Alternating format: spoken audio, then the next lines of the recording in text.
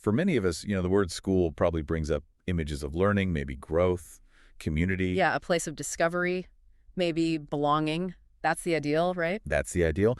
But for a lot of young people, school carries this other cost, often invisible. A burden. And it shapes their lives long, long after they leave.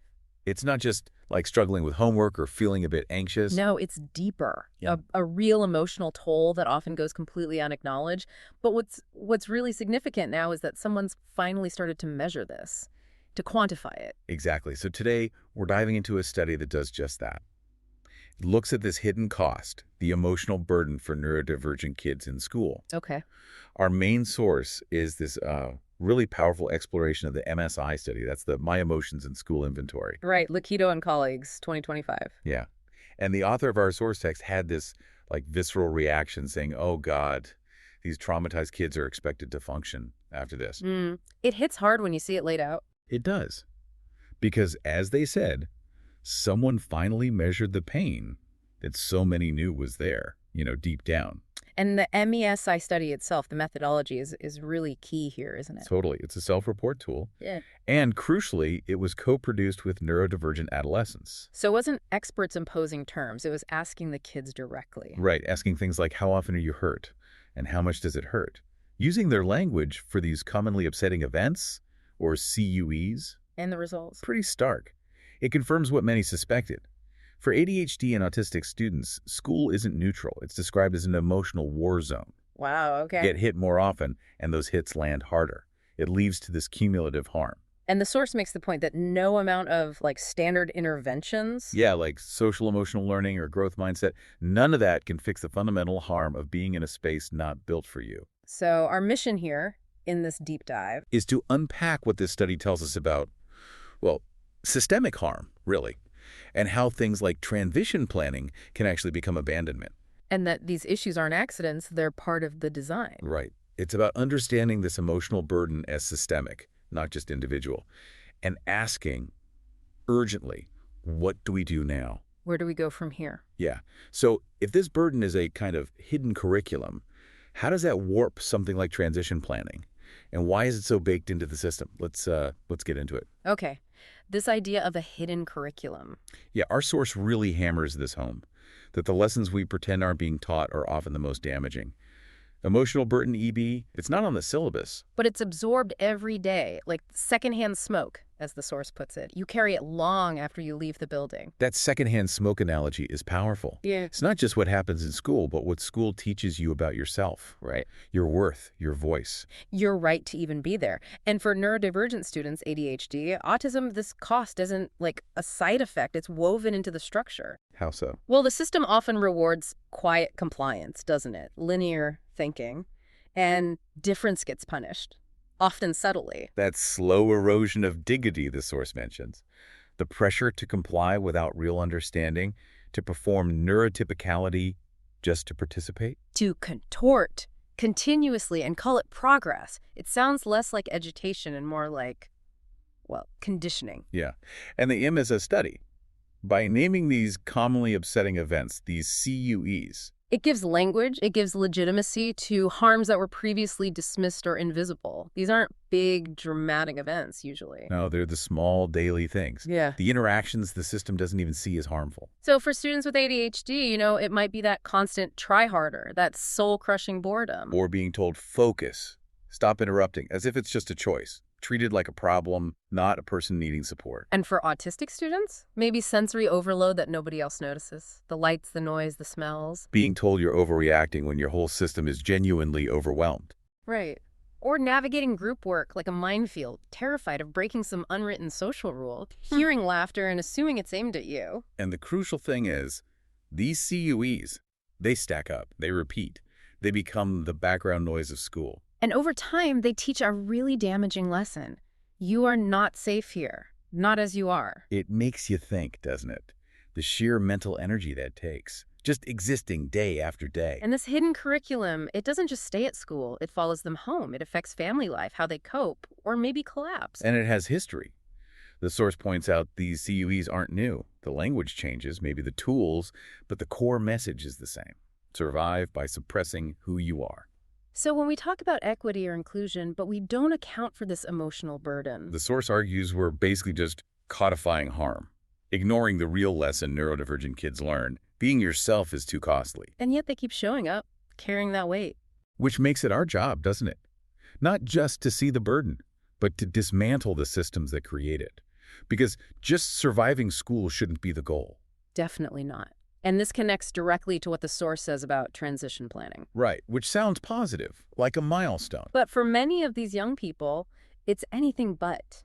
The MESI study shows they are still bleeding, not just metaphorically. You mean like the physical toll? Yeah, in their nervous systems. Yeah. That dysregulated cortisol, the overpracticed shutdowns, the body keeps the score, right? Chronic stress makes just functioning a huge effort. So after years of unmet needs, of being misunderstood, of these daily micro-injuries, Trying to fit a mold that doesn't fit them. then we ask them to suddenly launch into adulthood, fill out forms, do interviews, choose a career path. When, as the source brutally puts it, we never stopped to ask if they were ready for adulthood because we were too busy pretending they were ready for school in the first place. Wow. That's So if this emotional burden just compounds, if it becomes this deep depletion, how can we realistically expect them to thrive? So transition planning becomes abandonment. In many cases, yes. The source uses this really vivid analogy. Asking a child to leap from a burning building and calling it a rite of passage. Which explains why so many neurodivergent young adults burn out or drop out or just shut down. And things we label as individual problems, like executive dysfunction. Might actually be a sign of a system in permanent overwhelm. A nervous system that never got a chance to recover. Exactly. Emotional burden isn't just past harm, it's, as the source says, the theft of future capacity. And the system, it doesn't seem to prioritize this, does it? Right. There's no IEP goal for a student will feel less afraid. No. The source says it plainly. Emotional burden is not preparation for life, it is injury. Sending these kids forward without recovery, without repair, that's the failure. Ours, not theirs. And this isn't just a UK thing where the study was done. The source is clear. The burden reads the same in the US. The wounds, the patterns are familiar because the systems operate from the same blueprint. Prioritizing behavioral compliance over cognitive liberty. Erasing difference for standardization. That's design, the source argues, not a bug. Precisely. Think about access to support, whether it's long waits for, say, MHS here in the UK. Or those incredibly expensive neuropsych assessments in the US, access is constrained. Deliberately, the source suggests. And the labels themselves, OHI, AUT, ED, often seem more about managing classroom disruption than truly understanding the child's experience. Most students will never receive a formal diagnosis, the source states, not because they don't qualify, but because the system wasn't built to serve them. So we can't just read this study and think, oh, that's happening over there. Because over there is also right here. It's not some big mystery why this persists. The source argues it's inconvenient. Inconvenient to see it fully. Yeah, because seeing it would demand care, real care. Yeah. And that costs time, presence, vulnerability, money too. And our education systems, UK, US, weren't really designed for that kind of care, were they? They were designed for control. The source makes this really interesting point about austerity, that it's not just a side effect, it's the organizing principle. Leading to fewer staff, overloaded teachers, and this push towards automation. Like AI for IEPs or AI-assisted counseling, which Source warns is based on the lie that you can address emotional burden without actual human relationship. So you get this picture of students falling apart, parents begging for help. And getting procedural safeguards instead of support. Humans get replaced by data points. Because actually accommodating the emotional reality would mean changing the whole structure, and that means power shifts. Which those in charge might not want to relinquish. The bottom line is, we know what emotional burden is, we know how it works, the MESI study gave us numbers, our classrooms show us the reality. But knowing is enough, is it? Not if there's no action. And action only happens when systems genuinely value care over compliance. The source really pushes back on this idea that we've been trained to believe that care is too expensive, that kids should just adapt to pain. So where does that leave us? What's the path forward if transition planning often fails? What should it look like? The source suggests we need to rethink things like IEPs, not as behavior contracts, but as frameworks for relational and emotional safety. moving beyond just accommodations to actual affirmation, honoring who students are and what they've already survived. But who leads this change? That's a critical question. And the source is emphatic. Youth voice must not be performative, it must be directive. Those who've lived the harm know the truth. So real transition means trauma-informed support, led by neurodivergent people themselves. That's quite a radical call, isn't it? Saying surface reforms don't work because they just absorb dissent. Yeah, calling for an ontological revolution. Mm-hmm. A total rethink of what education even is, reclaiming meaning, narrative, the right to exist outside the box. Stop designing better cages, basically, and aim for real freedom. Care based on consent, reciprocity. And the people who know how. They're already here, the survivors who are still speaking. They need to lead. This deep dive, it's really laid bare this often unseen struggle, hasn't it? It really has. We've seen how the MESI study took what so many knew, felt, carried, and put numbers to it. This emotional burden is real. It's disproportionately affecting neurodivergent young people, and it is, as the source chillingly puts it, devouring our young. So now what? That's the huge question, isn't it? We have the language, we have the data. So why are systems still built to cause this pain? Why is compliance still valued over care, performance over presence? Because, as the source insists, naming is not enough. A label doesn't help unless it changes things.